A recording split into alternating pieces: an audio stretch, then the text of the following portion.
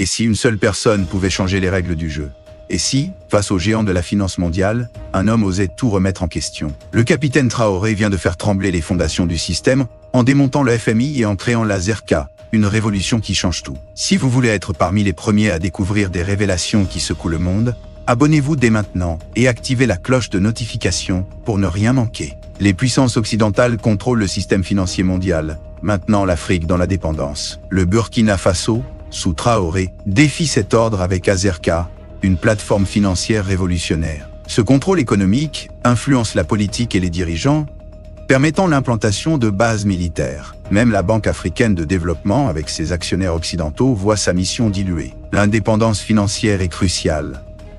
Sankara, refusant les prêts occidentaux, prônait la liberté économique. Traoré suit cette voie, réécrivant l'avenir du Burkina Faso. Le Burkina Faso lance ZERCA, une plateforme numérique transformant les flux financiers. Dévoilée le 30 janvier 2025 à Ouagadougou, cette plateforme n'est pas un simple outil financier.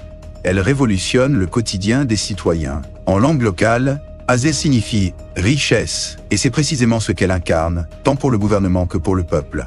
Imaginez une plaque tournante centralisant tous les paiements, qu'il s'agisse d'impôts, de services publics ou de fonds communautaires. Fini les files d'attente interminables et les démarches dispersées. Désormais, tout se gère en un seul endroit. ZERCA simplifie les transactions.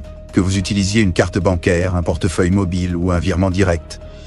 Payer ses impôts ou contribuer au fonds patriotique n'a jamais été aussi simple. Même la création d'un portefeuille numérique se fait en quelques clics. Et ce n'est pas tout. La plateforme intègre des systèmes comme Orange Money, Move Money, Visa et Mastercard.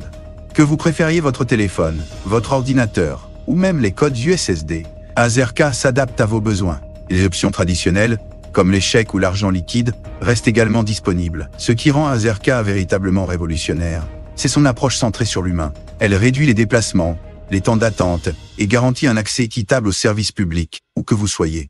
Pour le gouvernement, c'est un outil puissant. Gestion optimisée des fonds, transparence accrue et données en temps réel pour des décisions éclairées. Lors du lancement officiel, le Premier ministre Jean-Emmanuel Ouédraogo a souligné que ZERCA n'est pas qu'une innovation technologique, mais un symbole de souveraineté. Conçue localement pour répondre aux défis locaux, elle incarne la résilience et l'indépendance du Burkina Faso. ZERCA va au-delà d'une simple plateforme financière. C'est un pas vers un pays plus fort, plus uni et maître de son avenir.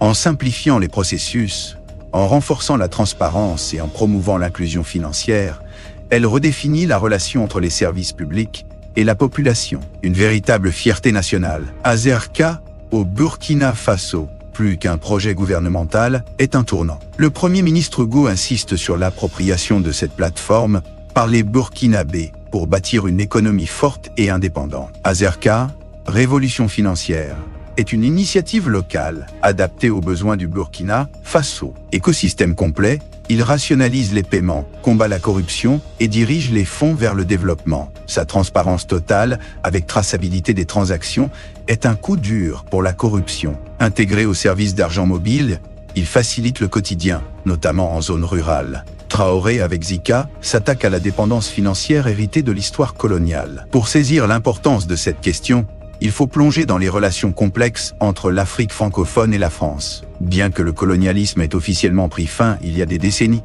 son influence persiste, notamment sur le plan financier. En 1954, la France a introduit le franc CFA dans ses colonies africaines. Alors que les mouvements d'indépendance gagnaient du terrain, cette monnaie est restée, maintenant la mainmise française sur les économies de ses anciennes colonies. La France contrôlait la valeur de la monnaie, les taux d'intérêt et les politiques monétaires. Et les pays africains ne pouvaient ni imprimer leur propre monnaie, ni ajuster leur politique financière sans l'aval de Paris. Pire, ils étaient contraints de déposer 100% de leurs réserves de change en France.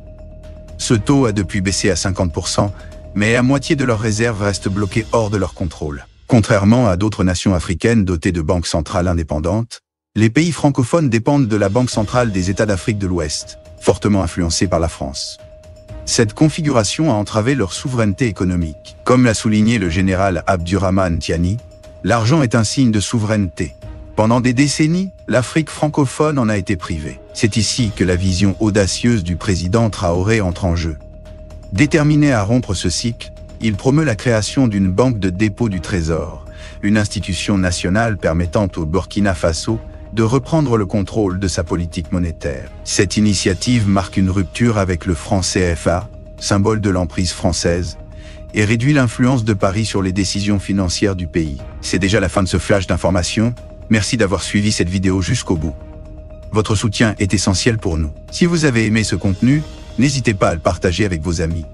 Et si vous êtes nouveau ici, abonnez-vous et activez la cloche de notification pour ne manquer aucune de nos prochaines vidéos. À très bientôt!